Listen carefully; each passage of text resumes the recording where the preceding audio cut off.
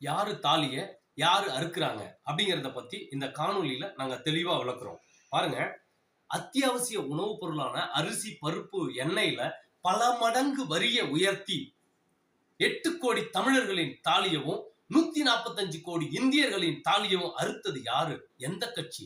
பாசிச பாஜக தானே. பொதுமக்களே சிந்தியுங்க.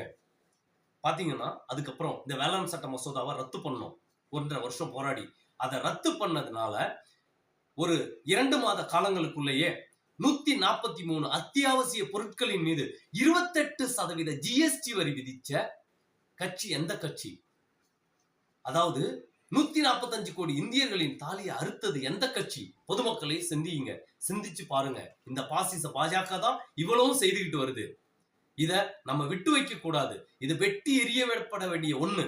பொதுமக்களே சிந்தியுங்க, சிந்திச்சு செயல்பட வேண்டும். நம்ம